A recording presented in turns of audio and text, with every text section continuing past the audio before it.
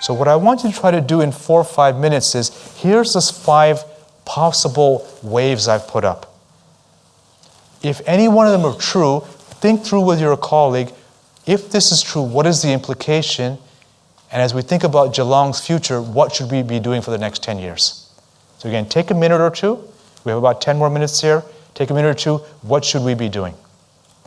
So if one of these are true, select one with one of your colleagues and think, if it's true, what does it mean? What does it mean? What do we do? Okay, let's come back.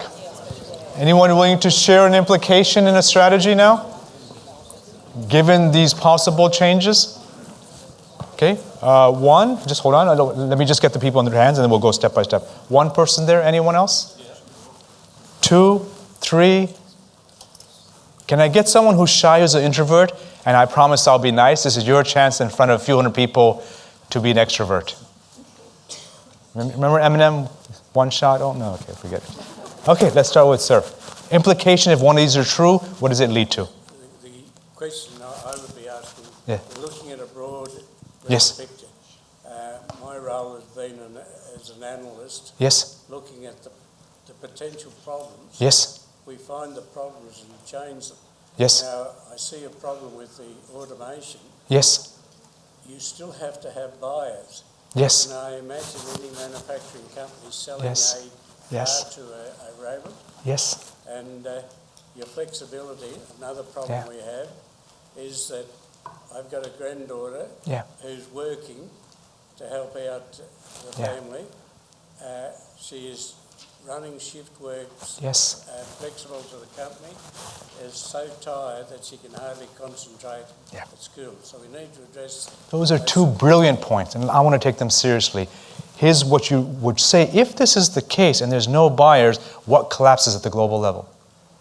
Well, capitalism as we know it.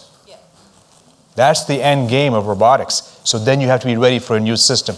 Point 2 is, if you want flexible work, then the factory model has to disappear. Otherwise, you get a huge inequity, young, old, tired, exhausted. So some people not working too much, some not working enough. Fantastic point. That leads to the very tough scenario. A heavy transformation scenario and a tough scenario.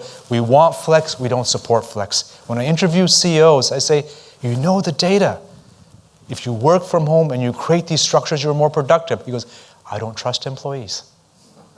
That's the story. Fantastic point. Thank you so much. Education as well, though. Yes. If we look at congestion in cities, Brisbane, billions are spent on tunnels and roads, which I don't mind.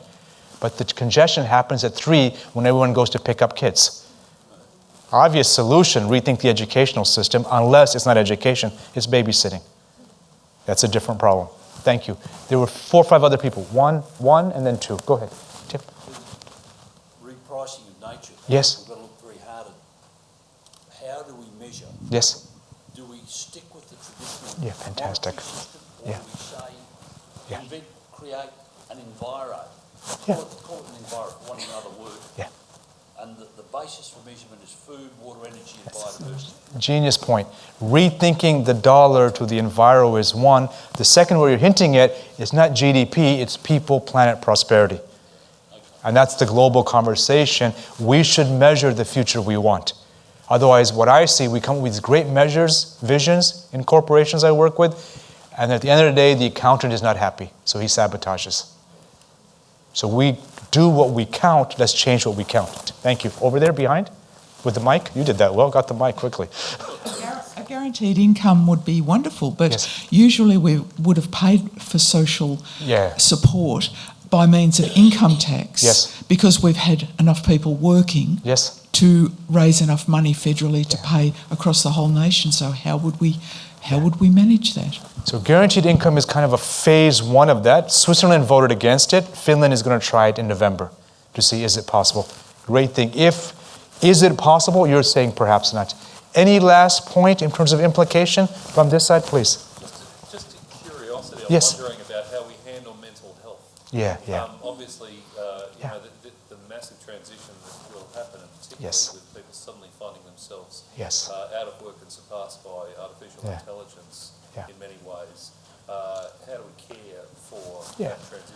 This is really, if you want a different Australia carrying Australia, then it's making that transition. Clearly, from an economic view, jobs in mental health are going to grow. So, if you're in that sector, you chose well. Okay, last point. You're just stroking beard, or you actually? No, I was just saying, with the peer-to-peer cooperatives, you could find every neighbourhood turns into its own self-sustaining environment. Brilliant. Yes. Restructuring of society. Yep. This is the production co-op villages organized around a vision. That's fantastic. Yeah. Kathy? So I think we can make lots more use of our existing infrastructure. And I'm just going to the end of the traditional job. Yeah. The congestion in Melbourne, I don't know the statistic here, but the congestion in Melbourne during school holidays is only reduced by 11%. Yes.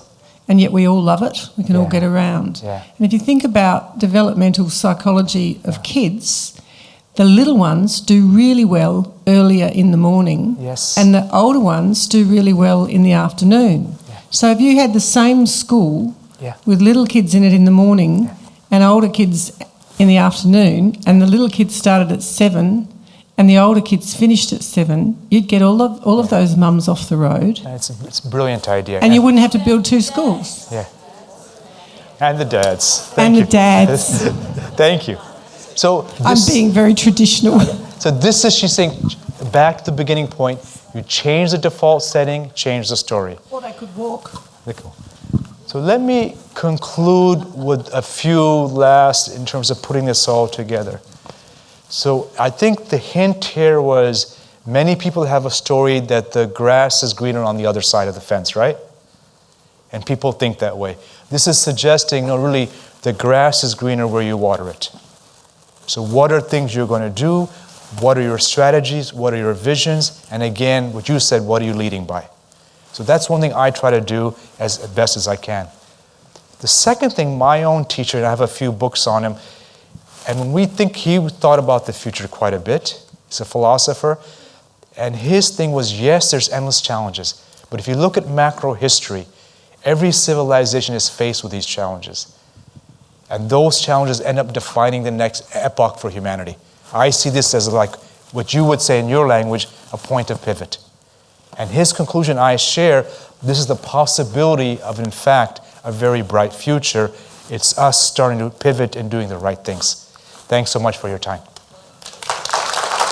Thank you.